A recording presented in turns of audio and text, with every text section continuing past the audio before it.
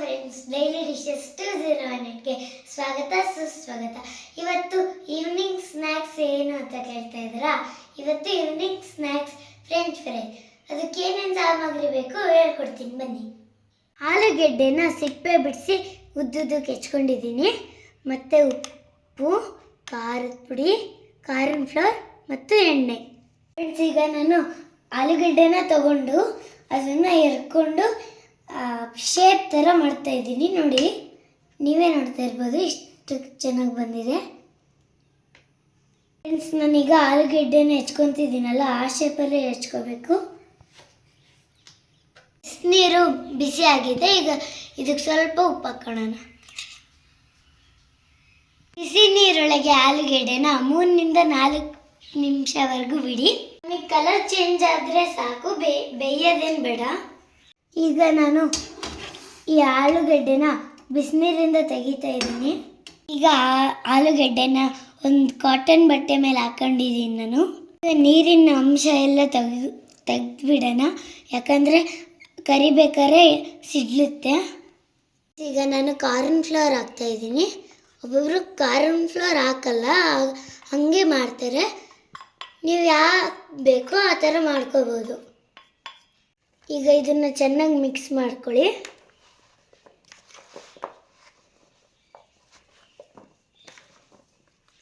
ಈಗ ಬಾಣಲಿಗೆ ಎಣ್ಣೆ ಹಾಕ್ಕೊತಾ ಇದ್ದೀನಿ. ಬಿಸಿ ಆಗೋವರೆಗೂ ವೆಯ್ಟ್ ಮಾಡೋಣ. ಈಗ ಎಣ್ಣೆ ಕಾದಿದೆ ಫ್ರೆಂಡ್ಸ್, ಇದಕ್ಕೆ ನಾನು ಆಲೂಗೆಡ್ಡೆನ ಹಾಕ್ಕೊತಾ ಇದ್ದೀನಿ. ಫ್ರೆಂಡ್ಸ್, ಈಗ ಎಣ್ಣೆಯಿಂದ ತಕ್ಕೊಂಬಿಡೋಣ ಆಲೂಗೆಡ್ಡೆನ.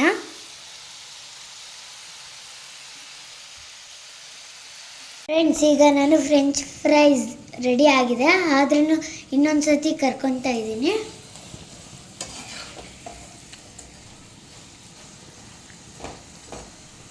ಇನ್ನೊಂದು ಸತಿ ಕರ್ಕೋಬೇಕು, ಯಾಕಂದರೆ ಕ್ರಿಸ್ಪಿಯಾಗಿ ಬರಲ್ಲ.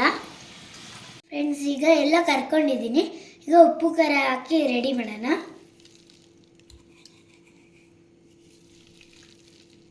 ಈಗ ಖಾರದ ಪುಡಿ ಹಾಕೋಣ.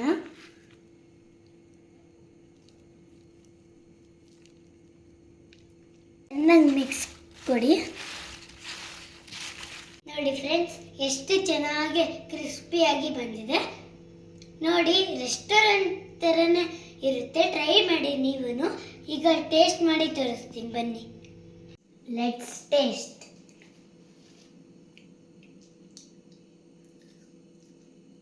ಫ್ರೆಂಡ್ಸ್, ಫುಲ್ ಕ್ರಿಸ್ಪಿಯಾಗಿ ಎಷ್ಟು ಚೆನ್ನಾಗಿ ಬಂದಿದೆ. ನೀವು ಮಾಡ್ಕೊಂಡು ಸೂಪರ್ ಆಗಿದೆ. ನೀವು ಮಾಡ್ಕೊಳ್ಳಿ, ತಿನ್ಕೊಳ್ಳಿ. ನನ್ನ ಚಾನಲ್ನ ಸಬ್ಸ್ಕ್ರೈಬ್ ಮಾಡಿ. ನನ್ನ ವಿಡಿಯೋ ನೋಡಿದ್ದಕ್ಕೆ ಧನ್ಯವಾದಗಳು. ಹಾಗೆ ಬೆಲ್ ಐಕನ್ ಅನ್ನು ಒತ್ತಿ.